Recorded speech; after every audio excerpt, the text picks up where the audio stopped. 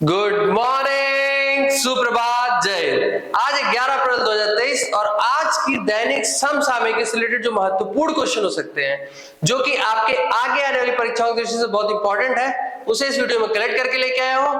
अगर आप किसी ऐसे एग्जाम की प्रिपरेशन कर रहे हैं जिसमें करंट अफेयर पूछा जाता है, तो ये वीडियो निश्चित तौर पर आपके लिए बहुत ज्यादा हेल्पफुल होने वाली है। तो बिना किसी समय को गवाए चलिए शुरू करते हैं। और उससे पहले एक पॉजिटिव कोट कि जंग में कागजी अफरातों से क्या होता है? हिम्मतें लड़ती हैं। तादादों से क्या होता है? तो चलिए आज का पहला क्वेश्चन देखते हैं। आज का पहला क्वेश्चन है, हाल ही में संयुक्त सैन्य अभ्यास कवच का आयोजन कहां किया गया है? एक मिनट। हाल ही में संयुक्त सैन्य अभ्यास कवच का आयोजन कहां किया जा रहा है? तो ऑप्शन नंबर 1 है अंडमान और निकोबार, ऑप्शन नंबर 2 है पोर्ट ब्लेयर, ऑप्शन नंबर 3 है कोंकण, ऑप्शन नंबर 4 है कोलकाता। तो ये हो रहा है भारत की एकमात्र ऐसी सैन्य इकाई मींस जैसे कि आपने गोरखा सुना होगा, राजपूत राइफल सुना होगा, इसी तरह उसको बोलते हैं सैन्य इकाई।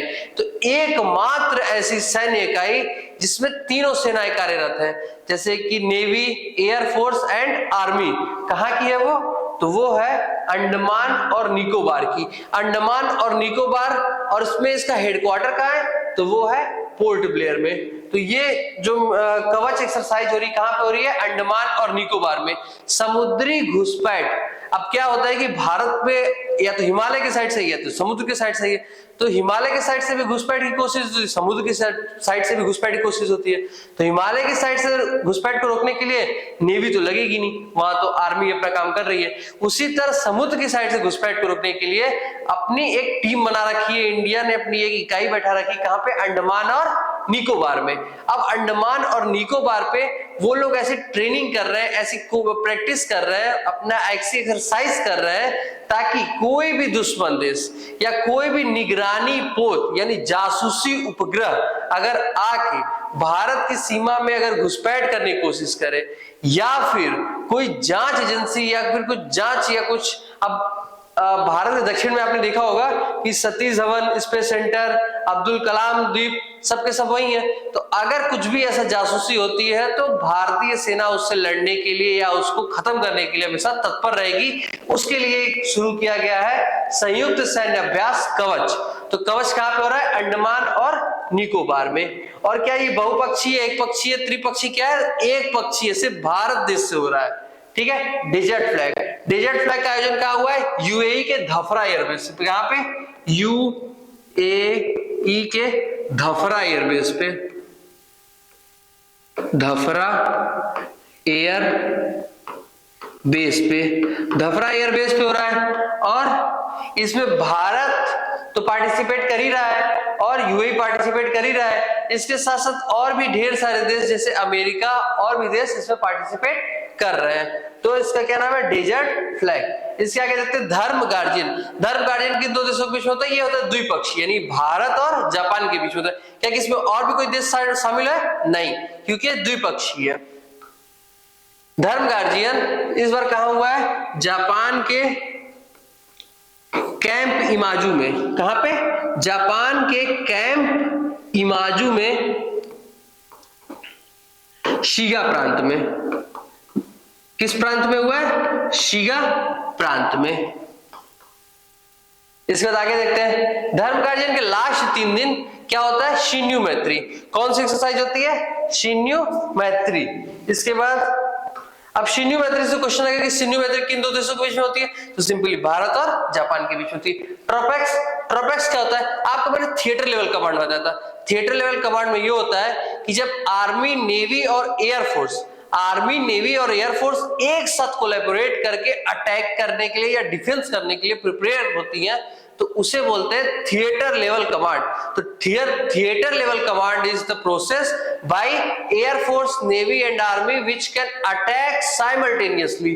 तो उसको क्या बोलते हैं? ट्रोपेक्स या थिएटर लेवल कमांड। तो थिएटर लेवल कमांड का ही एक्सरसाइज है ट्रोपेक्स, जो कि 4 महीने चली है, यानी नवंबर 2022 से मार्च 2023 तक। ट्रोपेक्स, TROPEX, ये स्पेशली थिएटर लेवल कमांड के लिए ही थी। इसका फुल फॉर्म क्या है? थिएटर लेवल क्या नाम, क्या फुल फॉर्म है इसका? Theatre level. इसके बाद क्या है? थिएटर लेवल, आर से है रेडीनेस। क्या है? रेडीनेस। इसके बाद है OPEX यानी ऑपरेशनल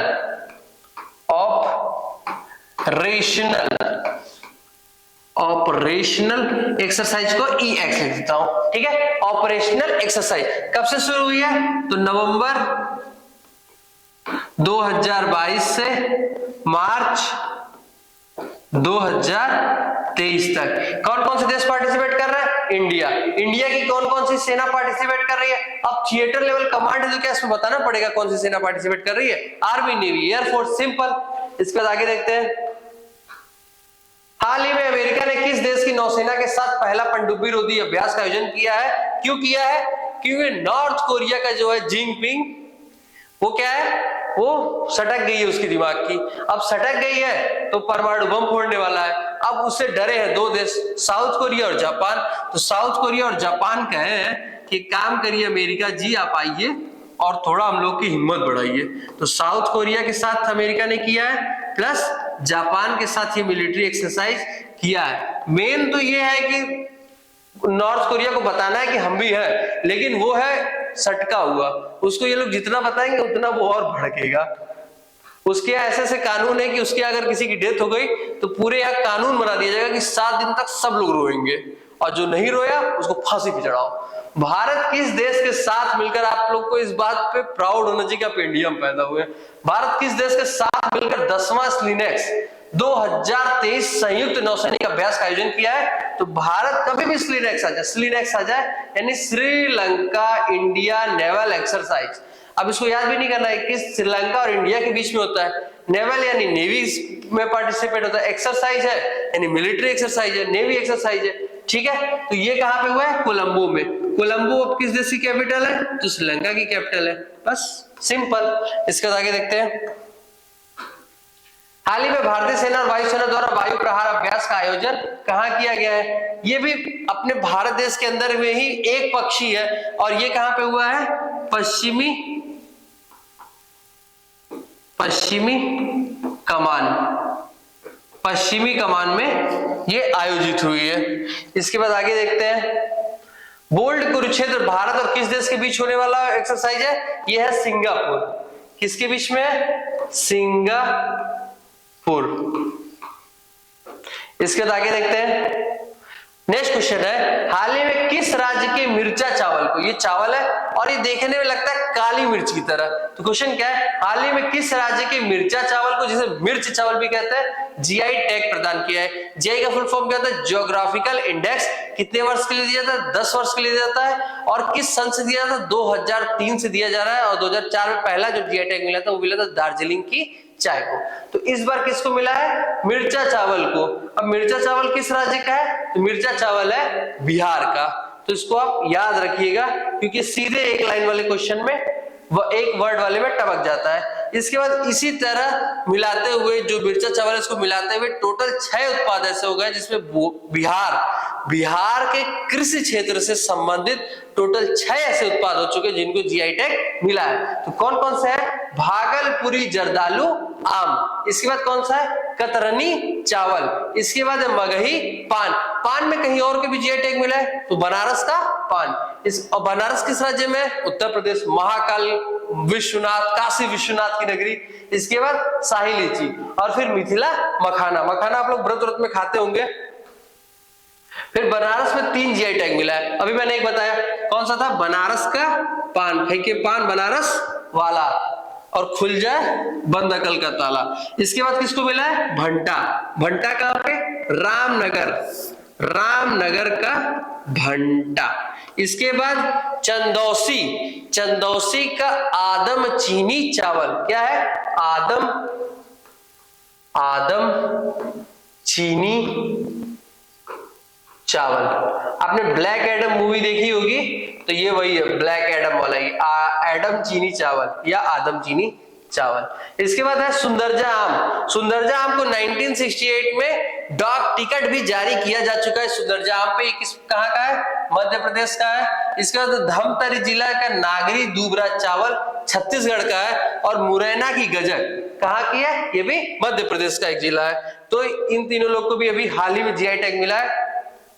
कांगड़ा चाय, कांगड़ा चाय को भी जीआई टैग मिला है, लेकिन इसे इंडिया वालों ने अभी नहीं दिया, अभी यूरोप वालों दिया है। और इंडिया वालों ने इससे पहले भी इनको जीआई टैग दे चुका है। कांगड़ा चाय कहाँ की है? कांगड़ा वैली की है। कांगड़ा वैली कहाँ पे है? तो कांगड़ा वैली हिमाचल प्रदेश में है।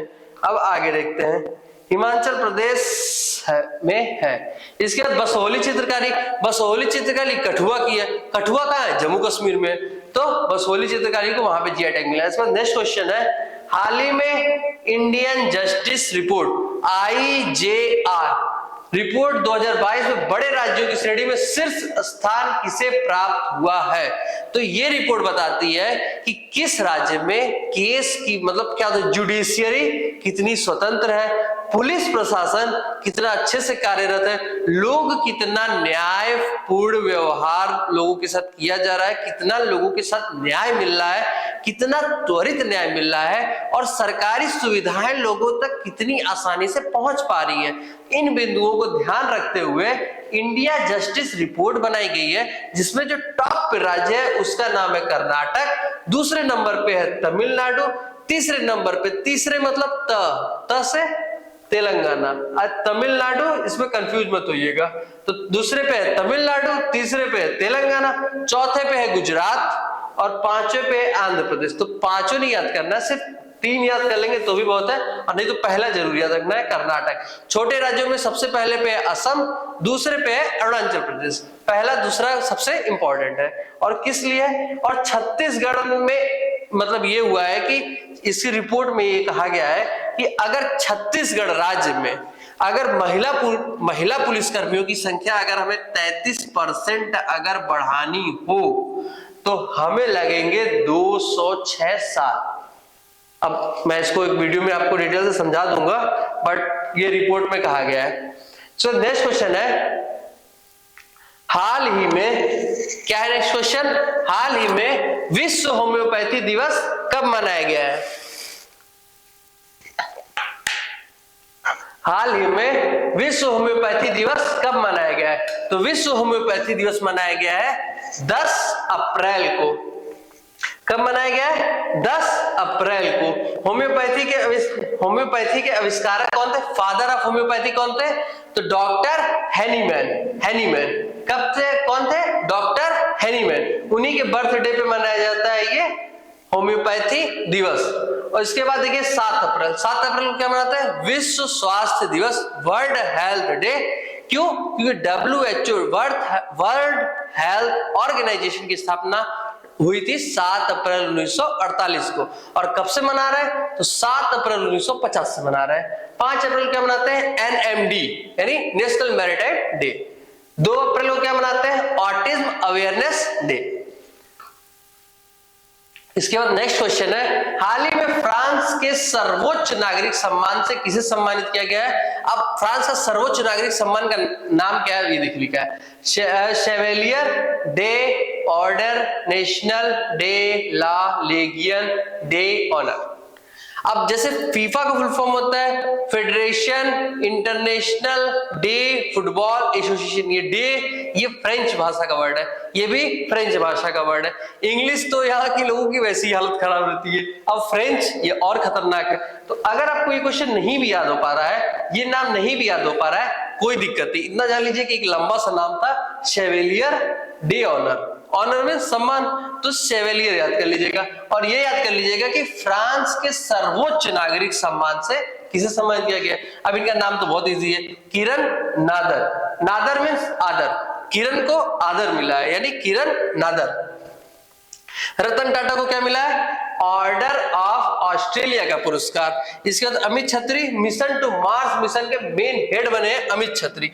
अजय बंगा वर्ल्ड बैंक के अध्यक्ष बने हैं अजय बंगा। किसको रिप्लेस करके बने हैं? तो अजय बंगा रिप्लेस करके बने हैं डेविड मालपास को। वर्ल्ड बैंक का हेडक्वार्टर है वॉशिंगटन DC में। कब स्थापना हुई थी? 1945 में। वर्ल्ड बैंक में टोटल कितने मेंबर है?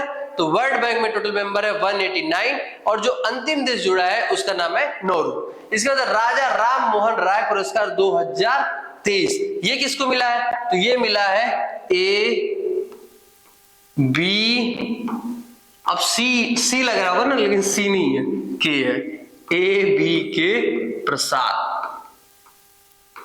ए बी के प्रसाद। इसके बाद आगे देखते हैं, नेशनल जियोग्राफी का picture of the year award किसको मिला है? तो मैंने इसको याद किया कार्तिक आर्यन से।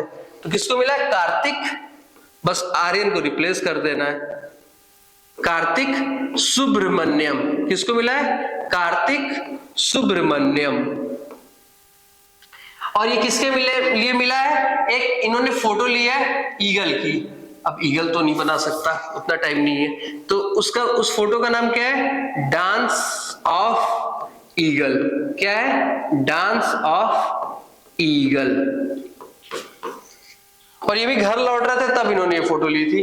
अटल सम्मान पुरस्कार ये किसको मिला है? तो ये मिला है प्रभु, किसको मिला है? प्रभु चंद्र मिश्र। किसको मिला है? प्रभु चंद्र मिश्र को। इसके बाद आगे देखते हैं, वर्ल्ड ग्रीन सिटी अवार्ड ये किसको मिला है? तो वर्ल्ड ग्रीन सिटी अवार्ड किसको मिला है? हैदराबाद को। ध्यान दीजिएगा, इसका अगला क्वेश्चन इसी क्वेश्चन से रिलेटेड है, हैदराबाद को। इसके बाद नेक्स्ट क्वेश्चन है वर्ल्ड ट्री सिटी का अवार्ड, ये क्या था? ग्रीन सिटी का award. Green city Hyderabad, tree city Mumbai. Mumbai को क्या बोलते हैं? कंक्रीट का जंगल। तो किसको मिला है? मुंबई को। और पिछली साल किसको मिला था? पिछली साल मिला था मुंबई और हैदराबाद को संयुक्त रूप से। ये पिछली साल का है, ध्यान दीजिएगा। इस साल वाला किसको मिला है? मुंबई को मिला है। और ये है लास्ट ईयर का, यानी प्रीवियस ईयर का, लास्ट ईयर का है ये, मुंबई और हैदराबाद का। आगे देखते हैं, लता मंगेशकर अवार्ड 2021 किसको मिला है? कुमार सानू को। ये अवार्ड जैसे कि 2021 का है तो 31 दिसंबर तक लगभग कैलकुलेट होगा। उसके बाद अवार्ड बंटने में, उसमें पैसे मंजूर होने में, लोगों का नाम फाइनल करने में 2 साल 3 साल का टाइम लगा दो। मतलब 2021 का हम पढ़ेंगे 2023 में, कोई बात नहीं, हम तो करंट पढ़ रहे हैं, लेकिन हम पढ़ेंगे। अब एग्जाम के रिलेटेड इंपॉर्टेंट है तो पढ़ना पड़ेगा ही। अब एग्जाम निकालना है तो कुछ तो करना ही पड़ेगा, ठीक है। हाल ही में जारी फीफा की नवीनतम रैंकिंग में भारत की फुटबॉल टीम को कौन से पायदान पर रखा गया है? तो भारत की फुटबॉल टीम 5 स्थान ऊपर आ गई है। और किस स्थान पे आ गई है? तो ये आ गई है 101वें पे। 101 रुपए का सगुन, 101 रुपए। आप कभी शादी में जाते होंगे तो मान लीजिए कि 101 रुपए के सगुन तो शायद कोई नहीं देता है, ठीक है, लेकिन 101 रुपए के सगुन में कुछ साल पहले काम चल जाता था। पूरा परिवार जाके या सब जाके अच्छे से खा के आओ 101 रुपए का सगुन देके, या कुछ काम होता है तो 101 रुपए का सगुन दिया जाता है, तो वही 101 रुपए का सगुन है। क्या है? फुटबॉल टीम, भारतीय फुटबॉल टीम को कौन सी पोजीशन मिली? 101वीं। और पहली पोजीशन किसको मिली है? ये मिली है अर्जेंटीना को। किसको? अर्जेंटीना। अब देखो अर्जेंटीना क्यों मिली है? अर्जेंटीना मतलब क्या है? अर्जेंट वर्ड है ना, तो अर्जेंट वाले लोग एकदम अर्जेंट में रहते हैं, मतलब बहुत जल्दीबाजी में रहते हैं खेलने के लिए, तो बहुत जल्दीबाजी में रहते हैं तो पहला पोजीशन पा गए, सिंपल। अगर ट्रिक के बेसिस पे याद करें तो भी ठीक है, ऐसे याद कर ले तो बहुत अच्छा है। World happiness report, world happiness report जारी कौन करता है? तो इसको जारी करता है गैलोप वर्ल्ड पोल। इसमें लगातार 6 साल से टॉप कर रहा है फिनलैंड। अब फिनलैंड 6 साल से लगातार दुनिया का सबसे ज्यादा खुश रहने वाला शहर है, इसलिए इसने लगता है कि नाटो ज्वाइन कर लिया है, 31st मेंबर बन गया है। अब कहीं रूस जो है, अब देखिए क्या नाम है देश का? रूस। कहीं रूस जो है, कहीं इनसे रूस न जाए। अब रूस न जाए मतलब, रूस का एक मतलब ये भी होता है कि ये लोग कहते हैं कि तुम उसे रूस गए हो, या फिर और भी लोकल लैंग्वेज में बोलते हैं कि रूस या गए हो, ऐसा कुछ। तो रूसने का मतलब गुस्सा भी होता है, तो कहीं रूस इनसे रूस गया तो इनकी पहले नंबर की पोजीशन तो छीन जाएगी। तो क्या है? 6 बार लगातार से फिनलैंड आ रहा है। इंडिया की पोजीशन इसमें टोटल 137 देश है, इंडिया की पोजीशन है इसमें 126, यानी 126 आउट ऑफ 137। इसके बाद आगे देखते हैं, हेनले पासपोर्ट इंडेक्स कौन जारी करता है? Henley and partners. भारत की पोजीशन थी 87वीं, 2 स्थान ऊपर आया है और हो गई है 85वीं। कितनी हो गई है? 85। कितने में हो गई है? 191 देशों में 85वीं हो गई है। इसके बाद आगे देखते हैं ग्लोबल फायर पावर इंडेक्स, इसमें इंडिया ऊपर है, 4th नंबर पे। किस नंबर पे? 4th नंबर पे। पहले नंबर पे अमेरिका, दूसरे पे है चाइना, तीसरे पे रूस और चौथे पे है अपना देश भारत। ये उनकी आर्मी के रिपोर्ट के हिसाब से बनाया जाता है। इसके बाद आगे देखते हैं विश्व प्रेस स्वतंत्रता सूचकांक कौन जारी करता है? Reporter without border. किस देश का है? फ्रांस का है। भारत की पोजीशन इसमें क्या थी? 142वीं कभी हुआ करती थी, बट अभी हम किस नंबर पे हैं? 150वें नंबर पे हैं। इसमें स्थिति हम लोग की थोड़ी खराब हो गई है, क्योंकि जो न्यूज वाले 2-3 लोगों को कलेक्ट करा के वहां लड़ाई करवाते रहते हैं ना, तो उसी वजह से हमारी थोड़ी जो रेपुटेशन है वो कम हो गई है। बट कोई बात नहीं। प्रोजेक्ट हाथी के 30 वर्ष पूरे होने के उपलक्ष्य में, अब कोई क्या कि अब ऐसा क्वेश्चन आ गया, ठीक है, क्वेश्चन यही आ गया, एग्जाम में आप बैठे हुए हो, प्रोजेक्ट हाथी के 30 वर्ष होने के उपलक्ष्य में पहले गज उत्सव का आयोजन कहाँ किया जा रहा है? क्वेश्चन ये है कि जो प्रोजेक्ट हाथी है लॉन्च कब हुआ था? तो 30 वर्ष अभी इस साल कंप्लीट हो 23 में, अरे 30 साल पीछे कर लेंगे, 1991 या 1992 के पास में होगा, जो आसपास ऑप्शन में मिला उसको टिक कर देंगे। तो थोड़ा सा प्रेजेंस ऑफ माइंड भी यूज किया जा सकता है एग्जाम में। तो देखिए कहाँ पे सबसे ज्यादा हाथी पाए जाते हैं? असम में। तो असम में प्रोजेक्ट हाथी के तहत 30 वर्ष पूरे होने की खुशी में किसने, हमारी जो राष्ट्रपति है महामहिम है, क्या नाम है उनका? द्रौपदी मुर्मू। द्रौपदी मुर्मू ने इसका उद्घाटन किया है। और जो हाथी है ये सबसे ज्यादा जिनकी मतलब सबसे ज्यादा हाथियों की जहां डेथ होती है वो भी असम का रेलवे जोन है। तो हाथी जो है उनकी स्थिति में विस्तार हुआ है हर 5 वर्ष में। कितने में? हर 5 वर्ष में हाथियों की जनसंख्या कैलकुलेट की जाती है। कितने में? हर 5 साल में। और हाथियों की संख्या में भी बढ़ोतरी हुई है। अब आगे देखते हैं नेक्स्ट क्वेश्चन। इसके बाद देखिए रिवीजन करा देते हैं पहले, फिर कुछ बताते हैं। आज का पहला क्वेश्चन है कवच एक्सरसाइज भारत की किस सेना की इकाई में सफलतापूर्वक हुई है? तो कवच एक्सरसाइज का आयोजन हुआ है अंडमान और निकोबार के बीच में। इसके बाद दूसरा क्वेश्चन है किस राज्य की मिर्चा चावल को जीआई टैग प्रदान किया गया है? तो किस राज्य को? बिहार को। IJR इंडिया जस्टिस रिपोर्ट में पहले नंबर पे कौन है बड़े राज्यों में? कर्नाटक। छोटे राज्यों में कौन है? असम। इसके बाद विश्व होम्योपैथी दिवस कब मनाया गया? 10 अप्रैल को। फ्रांस का सर्वोच्च नागरिक सम्मान किसे सम्मानित किया गया? तो किरण नादर को। इसके बाद नेक्स्ट क्वेश्चन है हाल ही में जारी फीफा की नवीनतम रैंकिंग में भारत को मिला 101 रुपए का सगुन।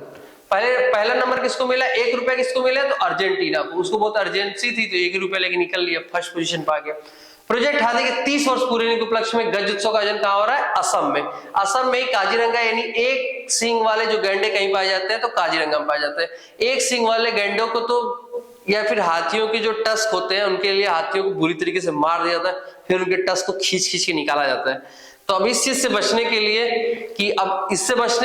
क्या किया जा सकता है? पूरी सरकार ने पूरा दिमाग लगाया और लास्ट में फाइनली यही हुआ कि कोई सरकार, कोई पुलिस फोर्स कुछ काम नहीं कर पा रही है, तो उनके टस्क को और जो एक सिंग वाले गैंडे होते हैं उनकी वो टस्क को और वो जो हॉर्न होती है उसको कट कर दिया जाता है, ताकि कम से कम उनका शिकार, कम से कम उनकी जान तो बच जाए।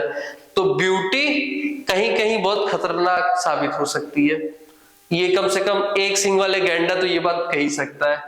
इसके बाद आज स्ट्रेटेजी के में फुल फॉर्म ले लेते हैं। आरटीजीएस का फुल फॉर्म क्या है? कुछ फुल फॉर्म भी पूछ देता है, तो क्या है full form? Real time gross settlement.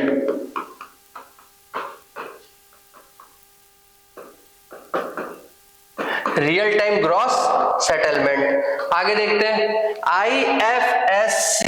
अब बैंक में IFSC कोड मांगता होगा, क्या नाम, क्या फुल फॉर्म है इसका?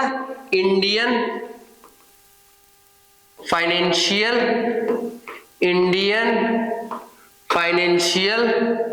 इसके बाद सर्विस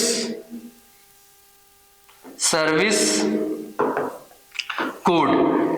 क्या है फुल फॉर्म आईएफएससी का? Indian financial service code. आगे देखते हैं नीति आयोग का।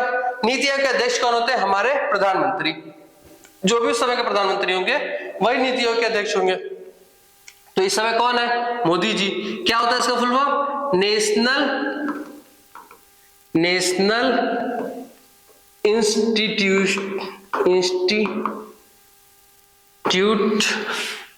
For transforming India.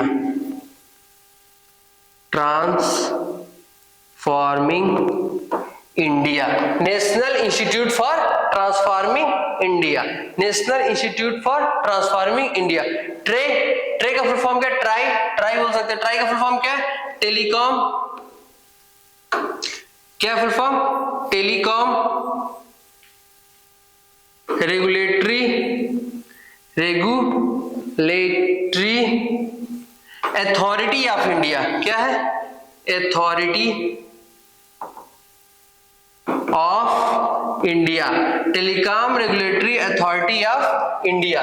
इसके बाद आगे देखते हैं UIDAI। आधार कार्ड पे आपके UIDAI लिखा होता है, इसका क्या फुल फॉर्म होता है? Unique identification authority of India. क्या होता है? Unique identification authority of India. Unique identification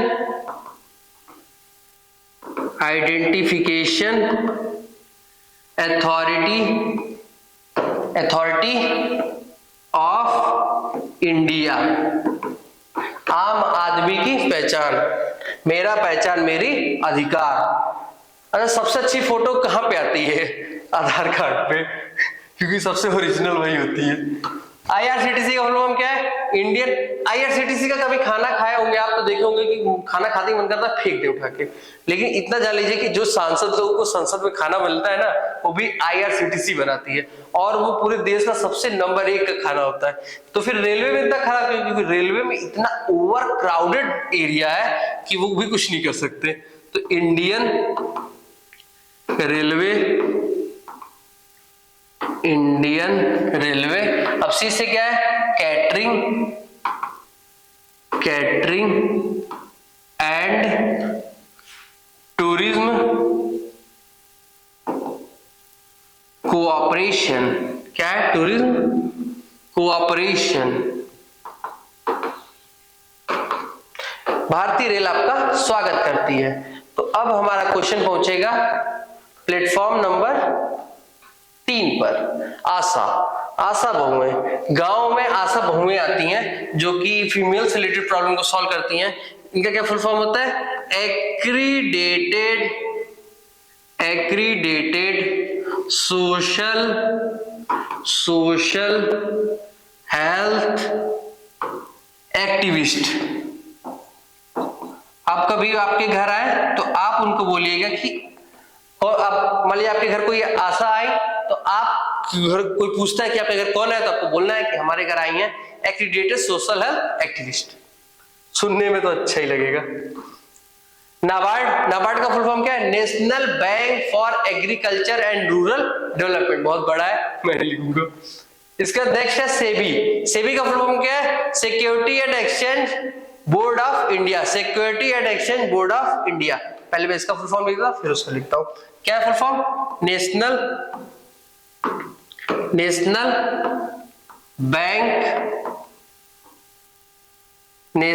bank of agriculture and rural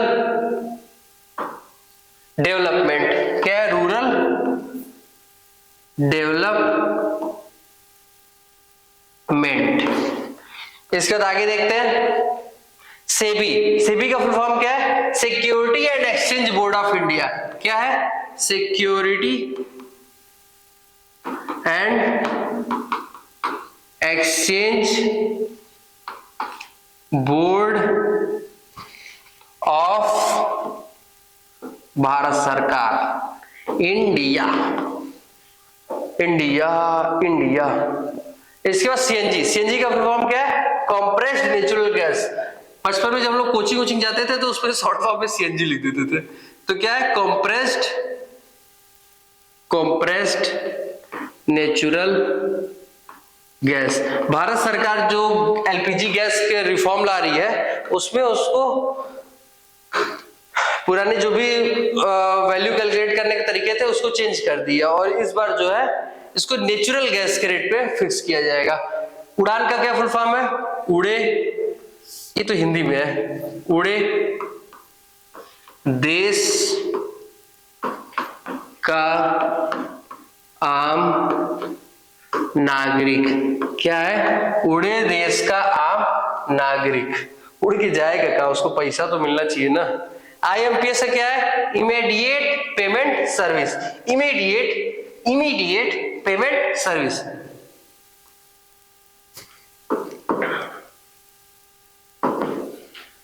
immediate payment